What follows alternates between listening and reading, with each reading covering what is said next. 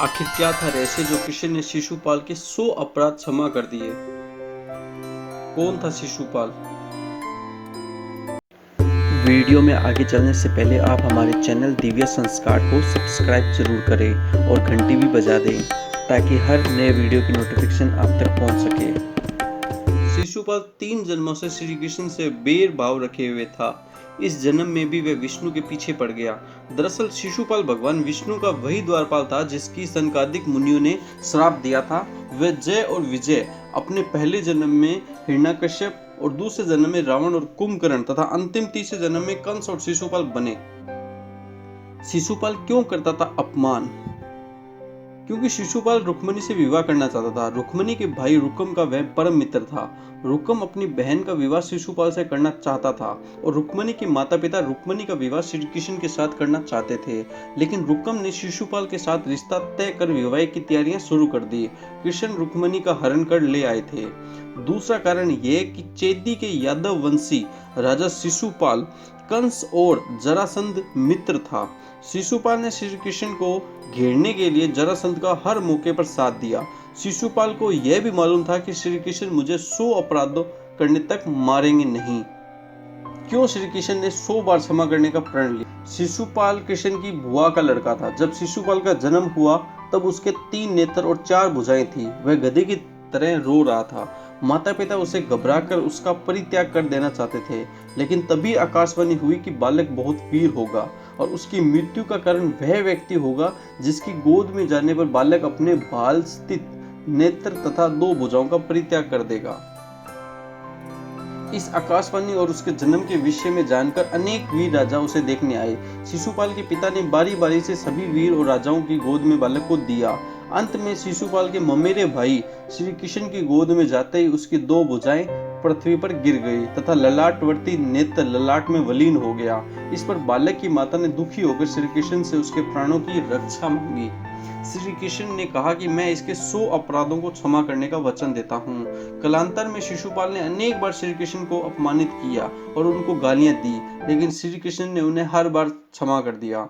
शिशुपाल का वध। एक बार की बात है, जरासंध का वध करने के बाद श्री कृष्ण, अर्जुन और भीम इंद्रप्रस्थ लौट आए।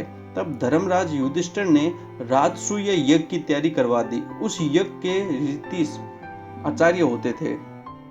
यज्ञ में युधिष्ठिर ने भगवान वेदव्यास, भारद्वाज, सुनेतु, गौतम, असित, वशिष्ठ, च्यवनम, कंटव, मैत्रेय, कवस, जीत, विश्वामित्र, वामदेव, सुमिति, जैमिनी, क्रुत, पेल, पाराशर, ग्रग, वैशंप्या, अर्थवा, कश्यप, धौम्य, परशुराम, शुक्राचार्य, असुरी, वीतहोन, मधुद्वंद, वीरसेन, अकृतवर्ण आदि सभी को आमंत्रित किया। इसके अलावा सभी देशों के राजधिराज को भी बुलाया। यज्ञ पूजा के बाद यज्ञ की शुरुआत के लिए समस्त सभासदों में इस विषय पर विचार होने लगा कि सबसे पहले किस देवता की पूजा की जाए। तब सहदेव जी उठकर बोले, श्री कृष्ण ही सभी के देव हैं जिन्हें ब्रह्मा और शंकर भी पूजते हैं, उन्हीं का सबसे पहले पूजा जाए। पांडु पुत्र सहदेव के वचन सुनकर सभी ने उसके कथन की प्रशंसा की। भीष्म पितामह ने सव्य अनुमोदन करते हुए सहदेव को समर्थन किया। तब धर्मराज युधिष्ठिर ने शास्त्रों विधि से भगवान श्री कृष्ण का पूजन प्रारंभ किया। इस कार्य से चेदीराज शिशुपाल अपने आसन से उठ खड़ा हुआ और बोला, हे शास्त्रज्ञों, मुझे ऐसा प्रतीत हो रहा है कि कालवश सभी के मति मारी गई है। क्या इस बालक सहदेव से अधिक बुद्धिमान व्यक्ति इस सभा में नहीं है जो इस बालक की हाँ में हाँ मिलाकर अयोग्य व्यक्ति की पूजा स्वीकार कर ली गई? क्या इस कृष्ण से आयु, बल तथा बुद्धि में और कोई भी बड़ा नहीं? क्या इस गाय चराने वाले गवाले के समान कोई और यहाँ नहीं?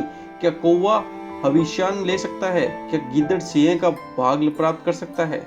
न इसका कोई कुल है, न जाति, न ही इसका कोई वर्ण। राजा ययाति के श्राप के कारण राजवंशियों ने इसे युद्धवंश को वैसे ही बहिष्कृत कर रखा है। यह जरासंध के डर से मथुरा त्याग कर समुद्र में जा छिपा। भला यह किस प्रकार अग्र पूजा पाने का अधिकारी होगा?